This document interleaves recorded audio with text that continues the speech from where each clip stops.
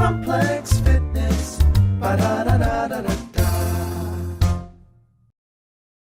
All right, so I'd like to welcome Daire Fitzgerald to the chat. Daire is co-owner of Sika Strength, which I followed for quite some time now. I suppose I found Sika Strength. I only found you guys about a year ago, and I was watching some of your training theory videos, and I actually nearly ran through all your videos within a week or two. I caught up fairly quickly. But the funny thing, 3 videos in, I thought I recognized you so much, and I couldn't place it whatsoever. So I went into the comments of one of your videos, and someone referred to Eoin as the Irish fridge. And I was like, where did I hear that before? And then it clicked with me, the Clarence Kennedy, the older videos, you guys used to be in them as well, that I used to watch. Yeah. And then it all clicked at me, and I knew you from somewhere. And then, of course, I found the podcast, which I find is very valuable. Even the shit talking ones, I find they're nice to unwind as well. But would you mind telling me a little bit about yourself and the business you guys run? So I basically run Sika Strength with Eoin. So our office is here in Cork City. We're both from Cork, and what Sika is as a company is it's like, in broad strokes, we're a sports performance consultancy company. So it started off very much as just some coaching. Like, Sika originally was just myself and Eoin.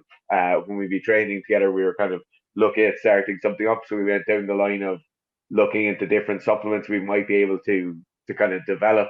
So it turns out the regulatory structure around supplements in Ireland is a bit of a minefield. So even though we were not fairly far down that road, but we had a fair bit of research done, and we had some stuff brought in, that just wasn't really viable. Both of us were full time with other gigs at that time. So what we basically started off by doing was, I'd say I was running a gym at the time, so I had a gym with a business partner of mine in West Cork, and I'd say I had around 15 athletes that I was coaching, like, who were actually good athletes, competitive athletes.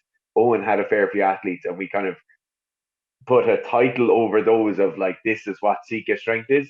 And then we started kind of developing from there. So now we have a range of standalone block programs, which people buy from our website, and they get coaching through a kind of group coaching setting. Then we have one-to-one athletes who are like a very select group of people who we've a very kind of close relationship with. And then, as you said, we've a YouTube and a podcast that we aim for around 5 YouTube videos a week and 2 podcasts a week usually. Yeah. So I believe you started off as a weightlifting coach after you went into the realm of weightlifting after an injury. Was it a rugby injury? Absolutely, yeah. So I played ball since I was 4 or 5. I started playing rugby, and that was like number one, the only thing that mattered, like, so to a certain extent, like, where I started going to college, like, I started at UCC doing engineering for a while. A lot of that was informed by the fact that I wanted to play rugby there, and then I've been having a few bad knocks. Like, I had a few bad concussions in my kind of last years as an underage player, and then when I started playing like adult rugby, my amounts of concussions went through the roof. And it just got to the point where, like, everything had to stop. I'd stopped going to college, I'd stopped playing rugby, I'd stopped everything. And yeah, like, weightlifting has been something I've been lifting weights since I was 14 or 15 to get better at rugby. So this was like the only kind of facet of that life I was able to go and do again. So I just threw myself into it. I was lucky I met like a really good group of people in Cork and started training in a CrossFit gym, CrossFit Cork. There was just some like really good heads in there, like really good minds that I could kind of bounce ideas off. And then I ended up transferring to UL and going and doing sport and exercise science as my undergrad. And then thankfully I met people like Eoin, people like Paddy, like all this group of Irish weightlifters. That was a whole culture and a whole community. And it just seemed to fit well.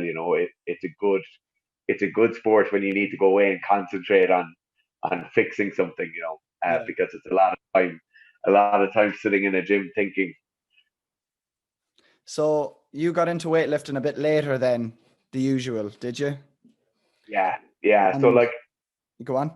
I've been lifting since I was around 14, but I'd say I was probably 20 or 21 when I actually started weightlifting, Yeah. which like I'm a terrible build for weightlifting. I'm not a good weightlifter at all, you know. I kind of trained at it and stuck my head into it for so long that people refer to me as weightlifter, but I'm definitely not, you know. Yeah. And I haven't trained just specifically the snatch and the clean and jerk in a few years because I went away and did a powerlifting thing. I went away and did this last challenge. I did a 5 minute mile and a 500 pound squat, or attempting to do it.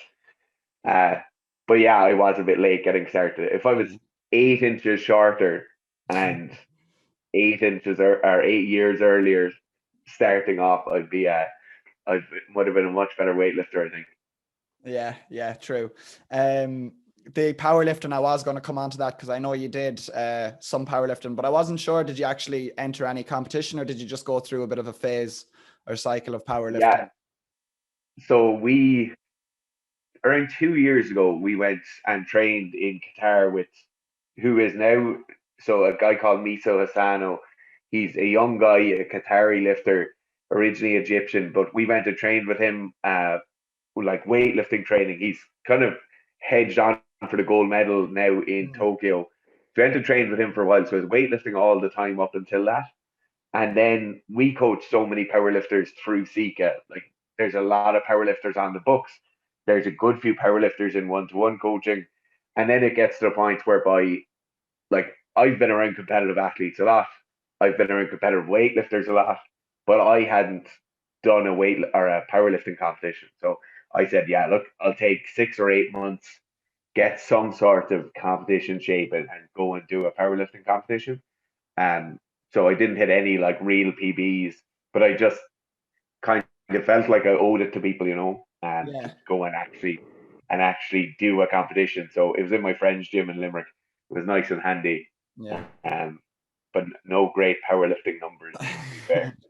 At least you gave it a go. That brings me to the Yeah, latest challenge, the 5 minute mile and the 500 pound squat. I'd seen this once or twice being done. I think was it Adam Kink did it over in America in the last yeah, 6 or 8 months. He was probably the most recent one I saw. I know not too many people have done it, or I haven't seen too many people do it. Probably a few thousand have, yeah. but No, it's who only had done three. really?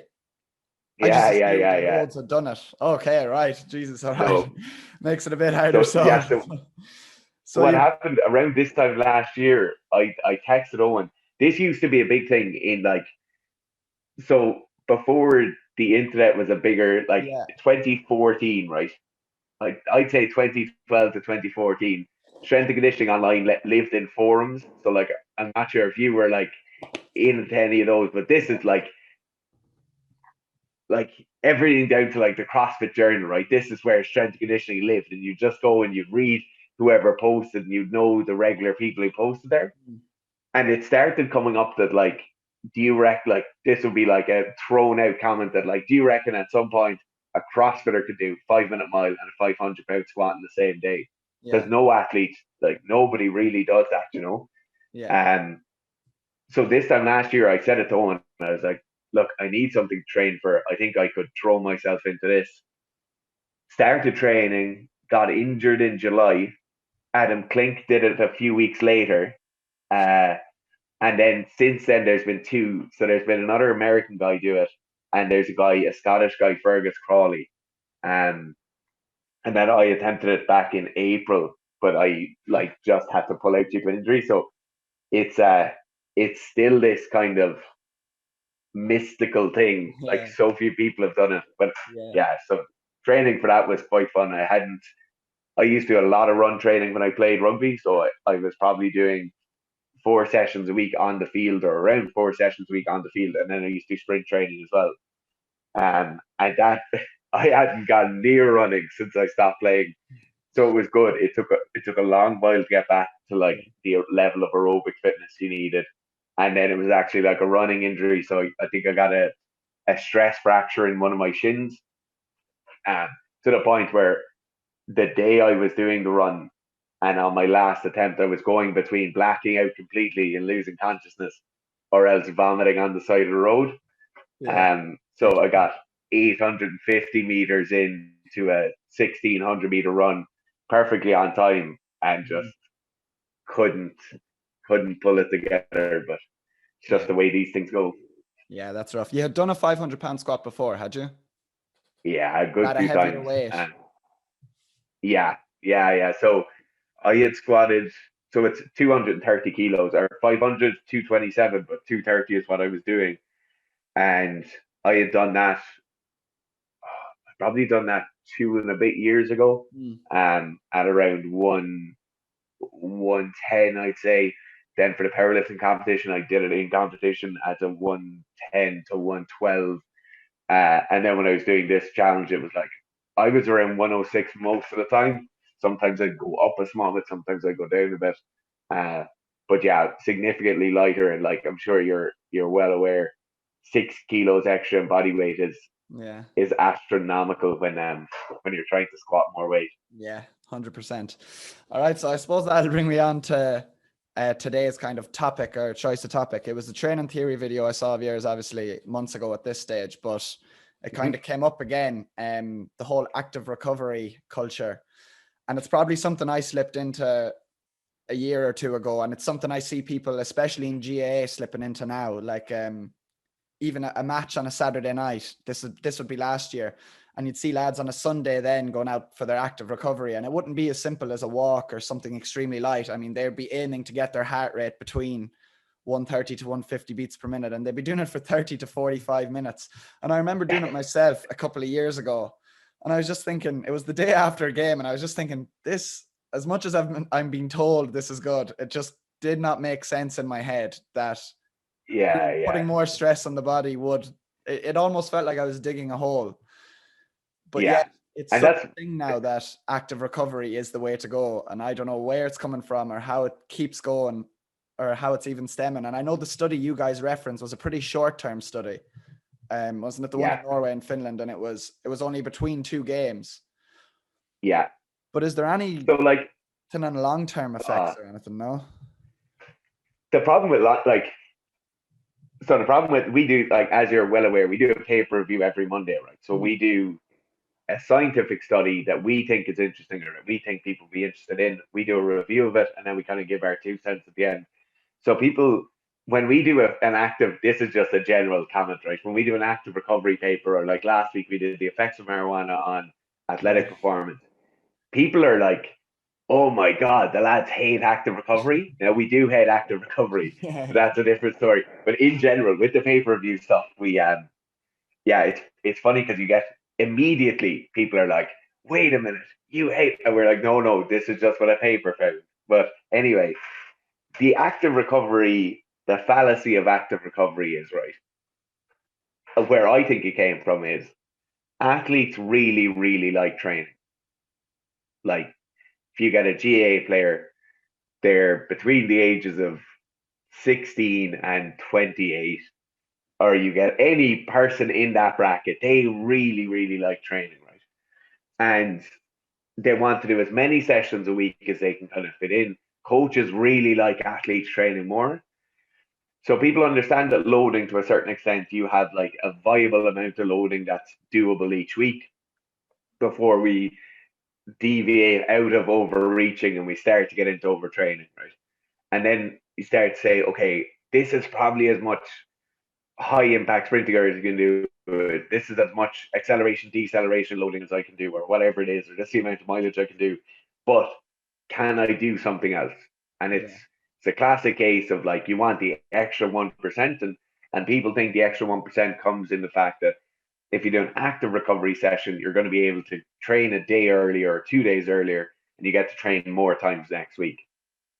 The problem with active recovery sessions is, as you say, they're almost never active recovery sessions. So like, actively recovering is you lying fully horizontal and you just actively thinking about relaxing. That's like as recovered as you get, right? Yeah. Now, you get the whole thing. So there's a few underlying topics here to come up, and it's like, okay, am I flushing additional substrates out of the muscle, right? So people think they play a GA game and they have a load of lactate build up in their legs. They think, okay, if I get my heart rate to a certain level and I hit a certain cadence on the bike, the amount of blood flow to my quads will increase and that lactate will leave, right? That everything will flush out and my muscle will then be in a better state. That's great in theory if something else besides the muscle is powering your leg.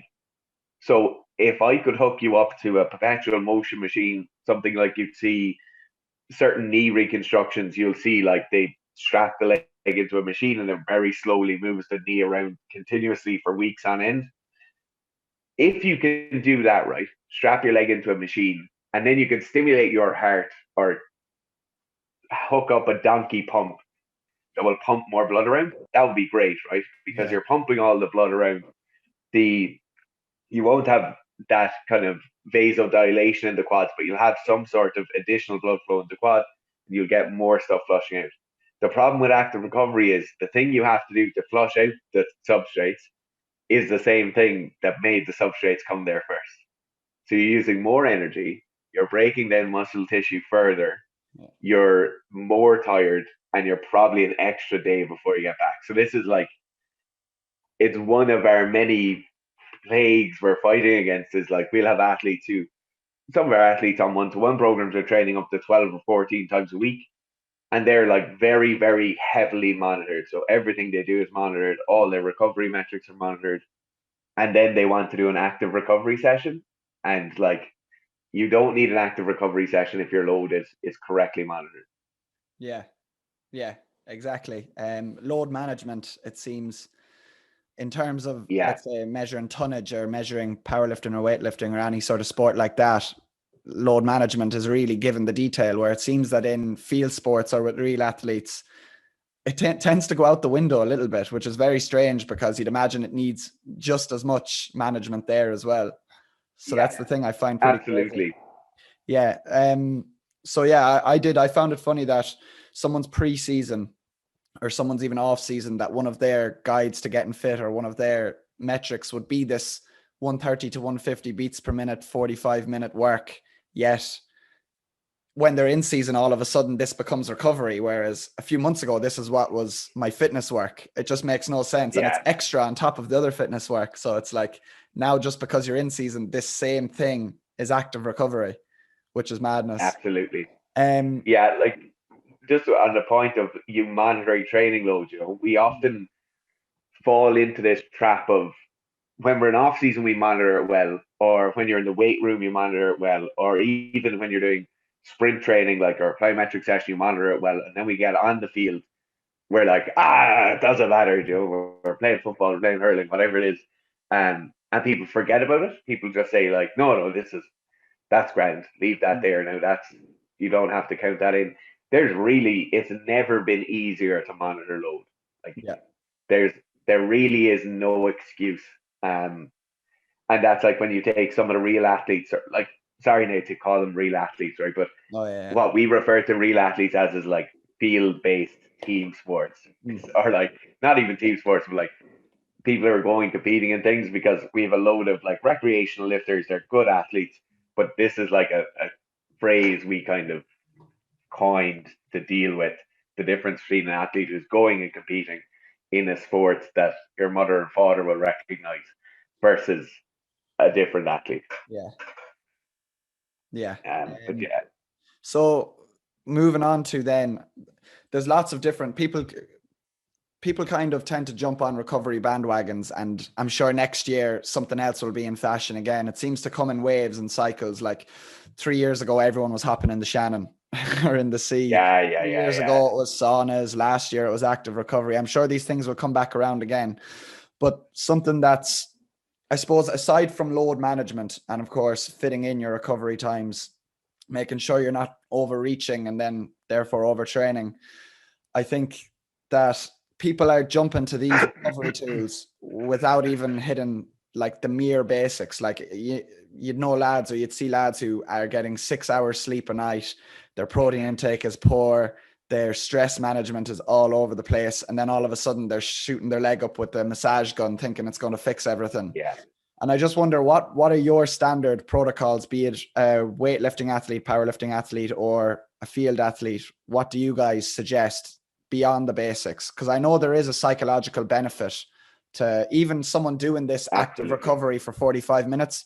You do, like, you might go in stiff, and movement alone is going to make you feel better. It's going to release some endorphins. You're going to get a bit of blood pumping. You leave feeling better, but that doesn't mean you haven't dug a hole. But what would you guys suggest that kind of will help people psychologically, but won't bury them more? Something as simple as going for a swim, which, even if it doesn't really physiologically change anything, you're going to feel good, and it's not going to put you into a more fatigued state. Well, this is it, right?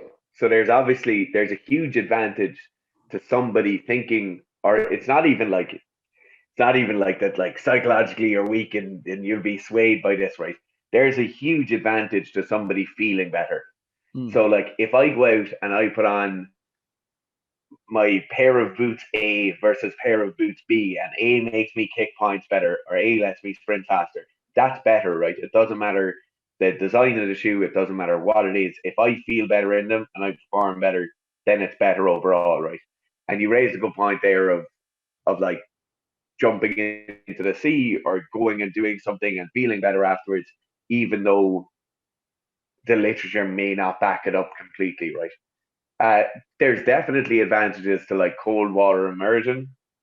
There's advantages for stress management with cold water immersion that you mightn't get from other things. So if you have somebody who has very high levels of kind of state stress, so like you might have people who are quite anxious as a trait of their personality, then you might have people who are quite anxious in certain states or at certain times. So be that from work, be that from college, be it from school, be it from sport, right? Immersion in cold water can help with that. And immersion in cold water, like some of the most interesting research, in my opinion, that's come out in kind of performance psychology recently is in the realms of resilience. So resilience we often thought was like, sorry, not we often thought, it was often thought that resilience was this trait people had, right? So person A is more resilient than person B, and that's just how it is. That's how they were born. Whatever it was in them, they're more resilient. They have positive reactions to negative stimulus more often.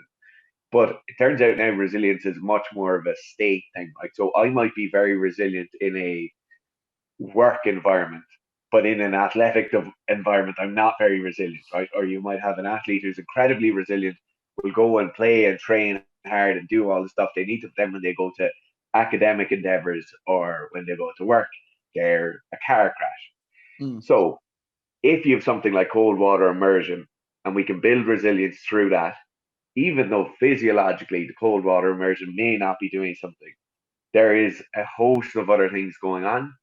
And like the other thing is like there's a saying, right? If I'm not training on Christmas Day, somebody else is. And a few athletes will quote this of like, why are you training now? It's like, if I don't do it, somebody else is. And a lot of the time, if you have people, like this happens in individual sport more than team sports, but it definitely happens in team sports where people just need to feel like they're doing more. Like cold water immersion isn't a bad thing then. And one thing, your number one stop, and you pointed to it there though, is sleep. If we have, everyone says like 8 hours of sleep, 6 to 8 hours of sleep. To be honest, anyone who's paying us for coaching should be getting 10 hours of sleep a night. Because if you're paying some fella over the internet €200 a month to write your training programs to give you feedback, you definitely can prioritize other things in your life to go to bed an hour earlier and get up an hour later. So sleep is like the number one thing. If you look at sports where the gloves are off, like if you look like a sport like CrossFit, right, where arguably 98% of all athletes you'll see competing at a high level are heavily enhanced. Like I'm not going to say all of them are, but most of them are. Sleep will still be their priority. Like you still hear them talking about sleep being number one, you know. And people often point to, oh, it's like CBD oil I'm taking, or it's whatever I'm taking, or if you have somebody who's on the other side of the fence and they don't like the athlete, they'll just say like, oh, sure, he's taking whatever, you know, like whatever substance, insert here. that's why he recovers well. It's like, no, like he recovers well because he sleeps well, he monitors load, and he does the other stuff, Yeah. and his nutrition is good. But I would definitely go sleep number one, monitoring of load number two, and then nutrition number three, and then everything else is kind of orders of magnitude lower.